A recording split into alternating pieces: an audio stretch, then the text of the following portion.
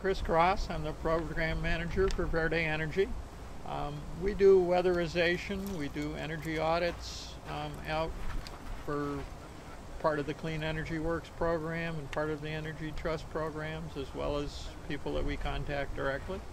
Um, currently we have 4 workers in the field that we train. We take people from Hacienda CZC, from Women in Trades, from NIA, hard to employ people. We train them. A lot of our focus is on training. We allow 80 hours a year just for training. When people first start, they go work for Clackamas. Has a weatherization program. They work there for 4 to 6 weeks before they even come working for us to get that experience. And they're working very well. We've got a great crew. Like I say, we've got 4 people working full-time now on the crew. We have 3 in management. We have 3 former workers that were trained through us that are now working for other weatherization companies. This is a really growing field. We had a meeting with Clean Energy Works yesterday, and they said that the amount of weatherization has increased 8-fold over the last 3 years here happening in the Portland area. Great. How are you guys, Verde Energy, involved in the Cully Park project? Well, we unfortunately in the summertime we're not always as busy as we would like, and part of the reason why I was hired was to increase marketing, and it takes a little while to get marketing up to speed. So we've had times where our crew wasn't busy, and so having the park here was great. We could send them over here and they could help out with the park and help building some of the sheds, and I think we built the kiosk, and so we've just been able to add some extra labor, semi-skilled labor to the park project.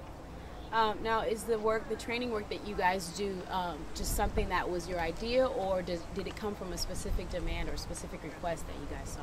Well, Clean Energy Works started their program about 3 years ago, really started pushing it, and we saw that as an opportunity to take many of the weatherization people aren't skilled when they start, so it was an opportunity for us to train people, take underskilled people, and we pay really good wages. We have full health benefits. In the basically 2.5 years that we've been around, we've paid out over $220,000 in wages. We paid almost $25,000 in health insurance premiums, and we've generated over $600,000 in earned income in addition to grant funding and stuff. And right now we're funding about 80% of our program with earned income. Okay. So.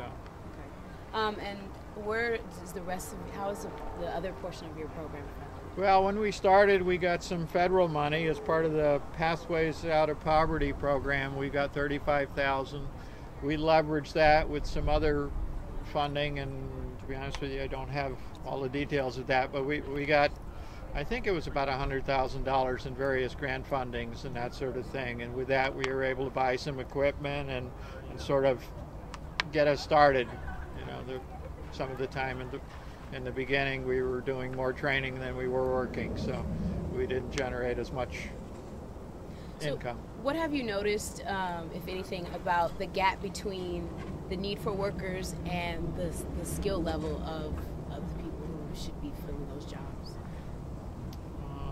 Is there a high demand for training? Do you think that? Well, this field has become very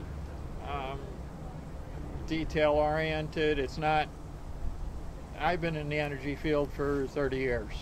I was trained as an architect. I had a solar business in the 80s. We dealt with a lot of unskilled labor back then, and even taught a couple classes in energy conservation, that sort of thing. And in the past, it was you kind of worked by rote. You know, you sort of did these things, and now there's all this fancy testing equipment, so we can put real numbers. We have infrared cameras. We can look in the walls, and we can see if we've insulated the entire wall or whether we left spaces open.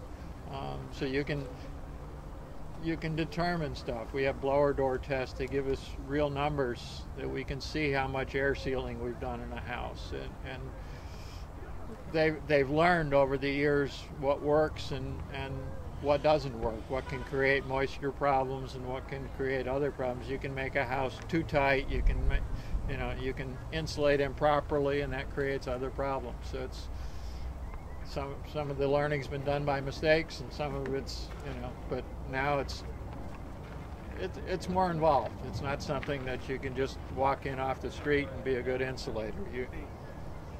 So how do you think your program is going to benefit the community? Well, I know the houses we're working in, we're changing people's lives.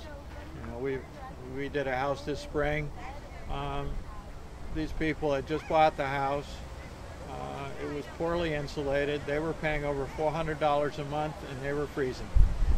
It was just, and it's a small house. This was a 1,000 square foot house, and it was just the people who they had bought it from had done a remodel and done it poorly and knew nothing about insulation and that sort of thing, and really had screwed it up.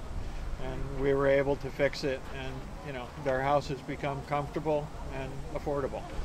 And we do that in houses all around. So it's, we work that way in transforming houses, and with training our workers and out there and educating people. Do you think this is something that can be duplicated in other communities, maybe other cities? Absolutely. It is being duplicated in other cities. We've got a really productive program here. We're supported from the state level, from the utilities. We're supported from many different directions. All people who see the value of this program, of doing insulation, and it improves the housing stock.